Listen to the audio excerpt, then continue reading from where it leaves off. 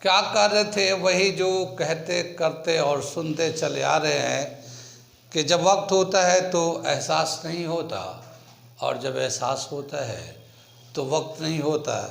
मैं साबिर अली और आप देख रहे हैं ILCC अली क्लासेस, जो अलीगढ़ बेस्ड नीट JEE का रेजिडेंशियल कोचिंग क्लास है। ठीक है, इसके अलावा AMU, जामिया और BHU के दूसरे इंट्रेंस एडमिशन टेस्ट की भी तैयारी कराते हैं। वो लोग जो लोग किसी चीज़ की तैयारी करना चाहते हो वो हमसे कांटेक्ट करें। अलग अलग फैकल्टी डिपार्टमेंट और वो टीचर्स हैं वो सभी करते हैं। हम लोग कर रहे थे physics class 11th laws of motion. अभी तक हम लोगों ने उसका एक लेक्चर किया है और उस लेक्चर में हम लोग बता रहे थे inertia, force, effect of force, inertia, ये सब बातें कही हमने। आगे हम लोग चलते हैं। आगे क्या दे रखा है? इसके आगे दे रखा है मोमेंटम। ठीक है, और मोमेंटम से पहले हम लोग देखेंगे first law of Newton. Laws of Newton chapter का नाम है, तो लॉज ऑफ न्यूटन चैप्टर का नाम है तो फर्स्ट लॉ ऑफ न्यूटन। तो चैप्टर में लिख रहा हूँ यहाँ पे लॉज ऑफ न्यूटन। ठीक है, चैप्टर का नाम है 11th क्लास का। फर्स्ट लॉ ऑफ न्यूटन क्या दे रखा है? First law of Newton,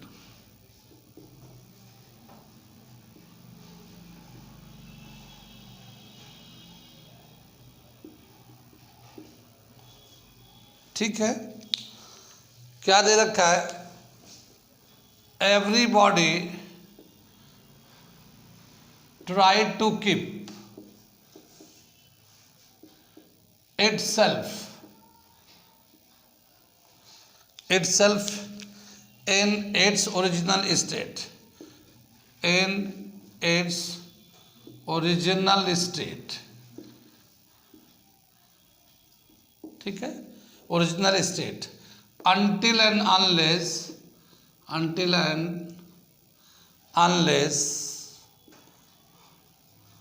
an external force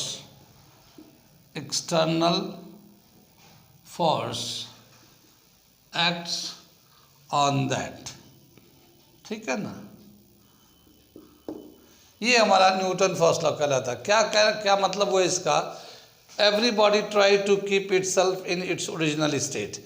यहाँ तक तो इनर्शिया होता है, हर चीज़ अपने जिस हाल में है उसी हाल में रहना चाहता है। रेस्ट में है तो रेस्ट में रहना चाहता है, मोशन में है तो मोशन में रहना चाहता है। तो ये इसकी टेंडेंसी को हम लोग इनर्शिया कहते हैं। ठीक है, कब तक रहेगा? अनटिल एंड अनलेस, कब तक रहेगा? उस वक्त तक an external force acts on that, वो उस वक्त तक रहेगा जब तक कि कोई बाहर से फोर्स न लगाया जाए। जब किसी बॉडी पे फोर्स लगाते हैं तो उसके बॉडी का इनर्शिया चेंज होता है। ठीक है, और उस वक्त चेंज होता है जब फोर्स लगता है। फोर्स जो है एक बहुत ही एसेंशियल रिक्वायरमेंट है to change the inertia of a body. Inertia 2 types के हैं, हम लोग बताए ही, इनर्शिया ऑफ रेस्ट और इनर्शिया ऑफ मोशन। कितनी बात सुन में? यहाँ पे जो फोर्स है और इनर्शिया हमने कल बताया था कि inertia is directly proportional to mass of the body. तो जितना ज़्यादा मास होगा उतना ज़्यादा इनर्शिया होगा, और जितना ज़्यादा इनर्शिया होगा उतना ज़्यादा फोर्स की ज़रूरत होगी इनर्शिया को चेंज करने के लिए। तो किसी बॉडी को इनर्शिया को चेंज करने के लिए हमें देखना होगा कि उसका मास कितना है। जितना ज़्यादा मास होगा हमें उतना ही ज़्यादा। जैसे सपोज करिए कि एक छोटा सा मास है, तो इसको हम लोग छोटे से फोर्स से हम लोग उसका इनर्शिया चेंज कर देंगे। फोर्स ला, जैसे ये टेबल है, ये चेयर है, हम लोग खींचना चाहे तो हम लोग आराम से छोटे से फोर्स ला के अपने से कर सकते हैं। मान लो साइकिल है, साइकिल को खींच के गाड़ी को भी ले सकते हैं। लेकिन सपोज करो एक मारुति कार है, ख़राब हो गया। ठीक है, ख़राब हो गया, नहीं चल रहा, तो गाड़ी रोड पर रुक गया, तो हम एक आदमी उठा के पीछे से उठा के इधर कर देगा, फिर आगे से जाकर उठा के इधर कर देगा, रोड के किनारे कर लेगा, क्योंकि उसका वज़न बहुत हल्का है मारुति का। 1 से 2 लोग काफ़ी है। एक ट्रक मान लो ख़राब हो गया, बड़ी ट्रक है और खाली है, मगर ख़राब हो गया तो उसको क्या होगा? धक्का लगा के किनारे करना है तो 2-3 लोग धक्का लगा के उसको किनारे कर देंगे। ड्राइवर गाड़ी को घुमा लेगा, पीछे धक्का लगाएंगे, किनारे कर देंगे। मान लो एक लोडेड ट्रक, ईंट से भरा हुआ है और वो ख़राब हो गया, उसका मान लो टायर या ट्यूब पंचर हो गया, तो रोड पे ऐसा टेढ़ा हो गया, अब उसे हटाना है, तो हम 2 4 10 लोग किसी काम के नहीं हैं, ठीक है ना, क्योंकि इतना फोर्स हम लगा नहीं सकते जितना उसका इनर्शिया होगा, क्योंकि उसका मास ज़्यादा है, इनर्शिया ज़्यादा, उतना फोर्स हम हमारे पास तो नहीं है, उसको अलग से एक लाना पड़ेगा, मशीनरी सिस्टम से उसको हटाना पड़ेगा। कितनी बात में, तो फोर्स का जो क्वांटिटी है वो डिपेंड करता है कि उसका मास कितना, उसका इनर्शिया कितना। आगे चले, आगे क्या बताया कि जो इनर्शिया को चेंज, यहाँ पे एक टर्म और यूज़ किया गया है, बैलेंस्ड फोर्स, अनबैलेंस्ड फोर्स, एक टर्म यूज़ करते हैं, balanced force and unbalanced force. उसका ब्लू वाला पेन उठाओ भाई, वो वाला डब्बा, चलो वही उठा लेगा, वो वाला डब्बा उठाए।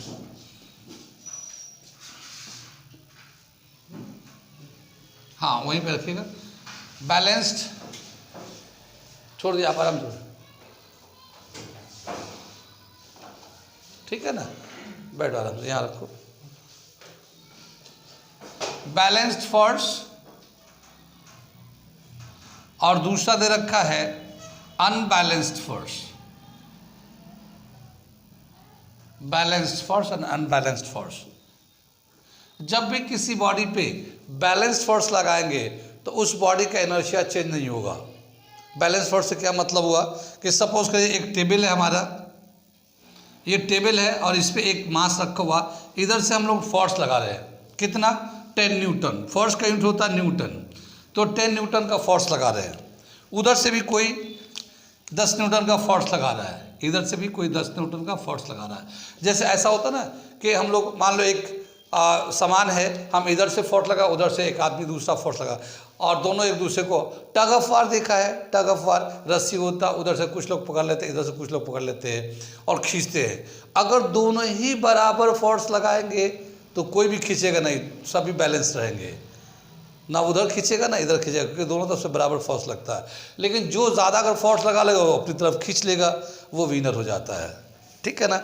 ऐसे ही बोला गया कि ऐसे बॉक्स है या कोई भी चीज़ है, इस पर हम फोर्स लगा रहे हैं 10 न्यूटन का, उधर से भी 10 न्यूटन का फोर्स लगा रहे हैं, तो दोनों ही फोर्स बराबर है, इक्वल है, अपोजिट है, दोनों का इफेक्ट ज़ीरो हो जाएगा, दोनों का इफेक्ट ज़ीरो हो जाएगा। और जब ज़ीरो हो जाएगा तो ये बॉडी जो रेस्ट में है तो रेस्ट में रहेगा, या अगर मोशन में था तो मोशन में ही रहेगा। कितनी बात सुन में ही, तो इस बॉडी पे अगर equal and opposite force acts on the same body, then its inertia does not change, इसका इनर्शिया चेंज नहीं होता है, इसे कहते हैं balanced force. Balanced force, when two equal opposite force act on the same body, then it does not change the inertia of the body, and that force is known as balanced force। ठीक है, हम balance force का एक छोटा सा definition लिख देते हैं। Balanced force, when two equal opposite forces acts on the same body, acts on the same body, ठीक है ना, in opposite direction, ठीक है ना, same body, then the inertia of the body does not change, then the inertia of a body does not change, ठीक है ना, does not change। This force is known as balanced force, this force is known as balanced force, ठीक है ना, balance force कहलाता है। ठीक, दूसरा दे रखा unbalanced force, when unbalanced force का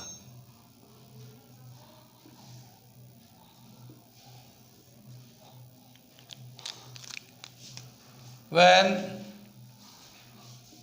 two unequal forces are acting on the same body,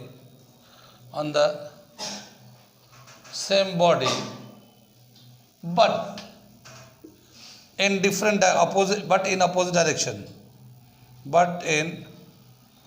opposite direction,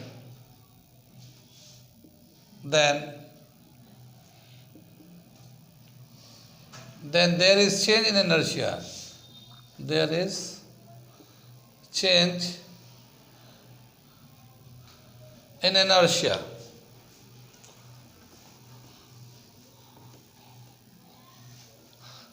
There is change in inertia.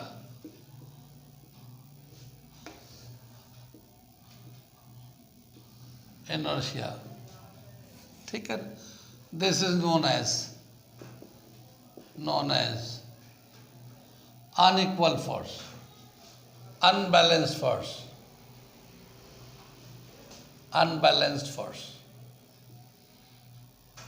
ठीक है ना.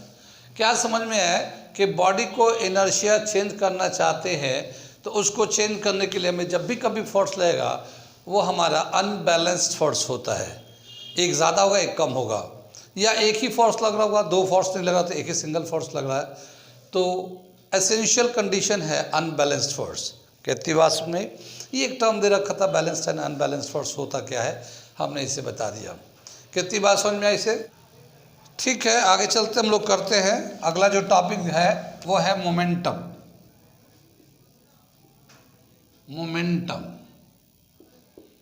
जानते हैं मोमेंटम को हम पी से डिनोट करते हैं. मोमेंटम होता है प्रोडक्ट ऑफ पी को जो रिलेशन दे रखा है एम इंटू वी, और डेफिनेशन देंगे हम लोग product of mass of a body and its velocity is called momentum. एक बॉडी का मास कितना है, उसकी वेलोसिटी कितनी है, उन दोनों को मल्टीप्लाई कर देंगे, वो हो जाएगा मोमेंटम. मोमेंटम का यूनिट होगा, मास है ये, वेलोसिटी है, तो यूनिट ऑफ मोमेंटम इज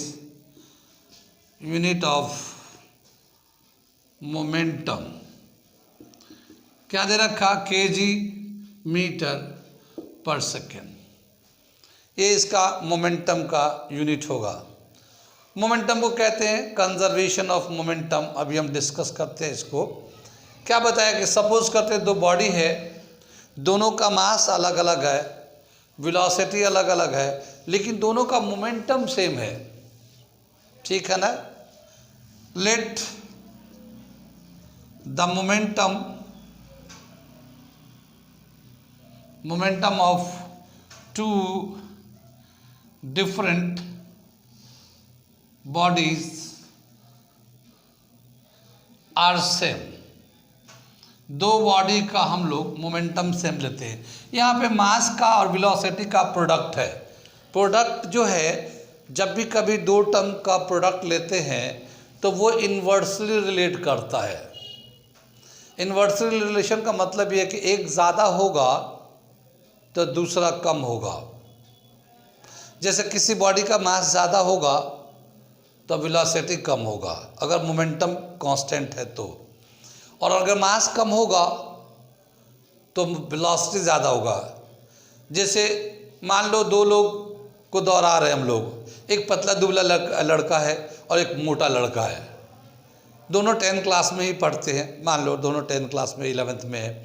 एक मोटा एक पतला है, तो जब दौड़ाएंगे तो ये देखा जाता है कि पतला वाला थोड़ा तेज़ दौड़ता है क्योंकि उसका मास कम है, और जो मोटा वाला है उसका मास ज़्यादा होने की वजह से थोड़ा उसकी स्पीड कम रहता है आमतौर पे.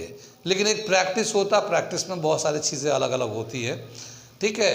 तो क्या देखा गया कि ये दोनों जो मल्टीप्लाई में मास एंड वेलोसिटी, तो जिस बॉडी का मास ज़्यादा होगा अगर मोमेंटम कांस्टेंट है तो मास अगर बड़ा होगा तो वेलोसिटी छोटा हो जाएगा, और अगर मास छोटा होगा तो वेलोसिटी ज़्यादा हो जाएगा।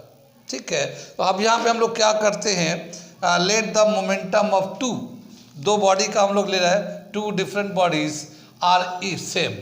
तो मोमेंटम जो है लेते हैं P1 ले लेते हैं पहले बॉडी के लिए, और P2 ले लेते हैं दूसरे बॉडी के लिए। कितनी बात सुन में आई? ये जो P1 होगा M1 V1 के बराबर होगा, ये M2 V2 के बराबर होगा। ठीक है, इसका मास इधर लाते हैं, इसका वेलोसिटी उधर ले आते हैं। M1 अपॉन M2 दिख रहा है पीछे वाले बच्चों को, M1 upon M2 is equal to V2 upon V1। ये एक रिलेशन आ गया। क्या समझ में आया कि मास का जो रेशियो होगा M1 अपॉन M2, V2 उल्टा है, वेलोसिटी के रेशियो के बराबर है। जिसका मास ज़्यादा होगा, if M1 is greater than M2 then V1 is less than V2। ये इससे ये आइडिया डराइव करेंगे कि जिसका मास ज़्यादा होगा उसका वेलोसिटी कम होगा, वाइस वर्सा, उल्टा भी। कितनी बात समझ में ये? तो ये दे रखा है कि मोमेंटम का, आगे हम लोग दिखाते हैं किसी बॉडी का अगर मोमेंटम का ग्राफ प्लॉट करते हैं तो कैसा होता है ग्राफ, ये अभी हम प्लॉट करके दिखा रहे हैं। इतना नोट करिए सर। ये दे रखा हमारा कि ये हमारा इन्वर्स से रिलेट करता है, इसका हम लोग ग्राफ प्लॉट करते हैं।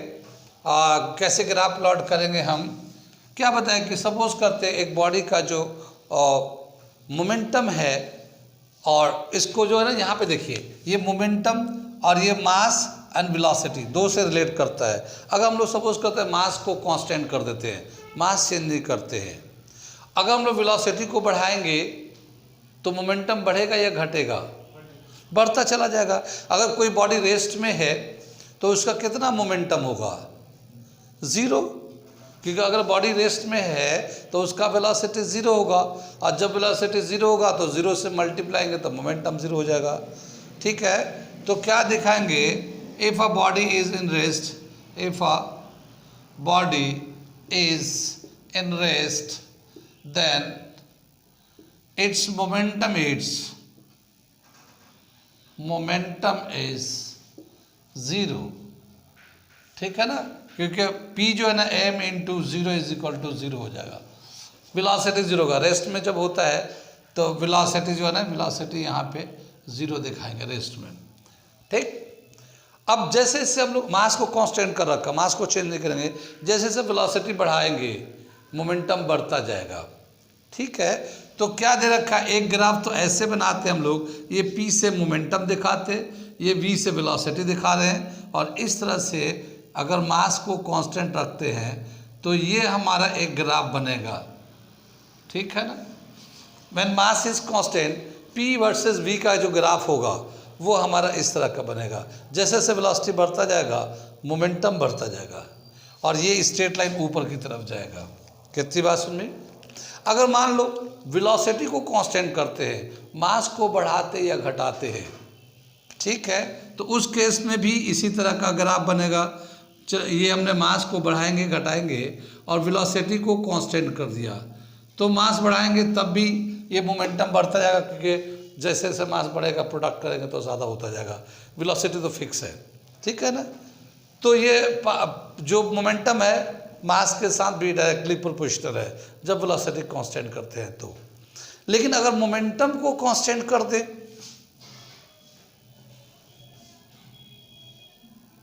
ये हम लोग ले लेते हैं, सपोज मास है, ये वेलोसिटी है, तो इनका ग्राफ ऐसा बनेगा। P इज कांस्टेंट, मोमेंटम जो है कांस्टेंट है।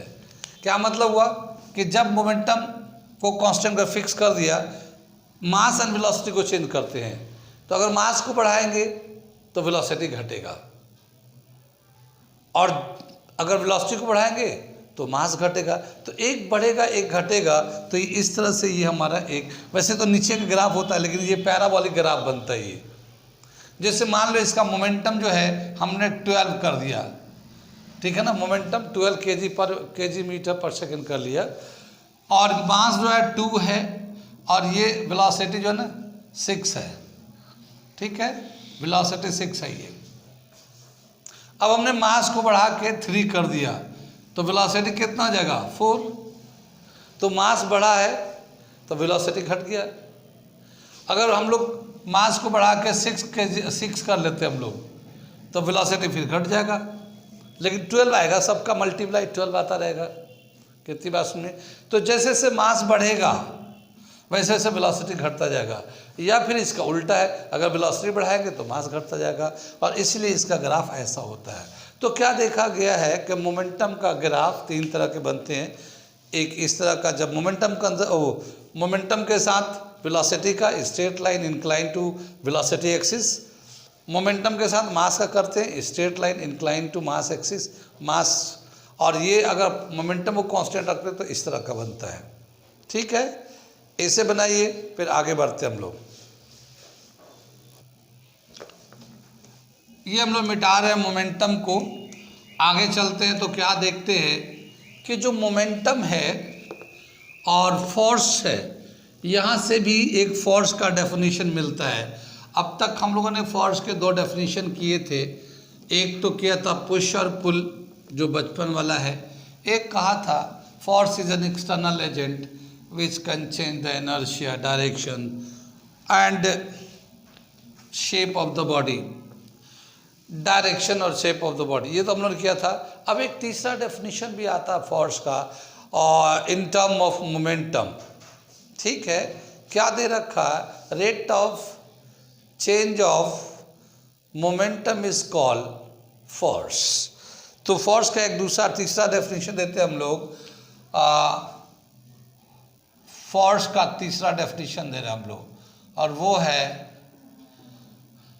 Rate of change of momentum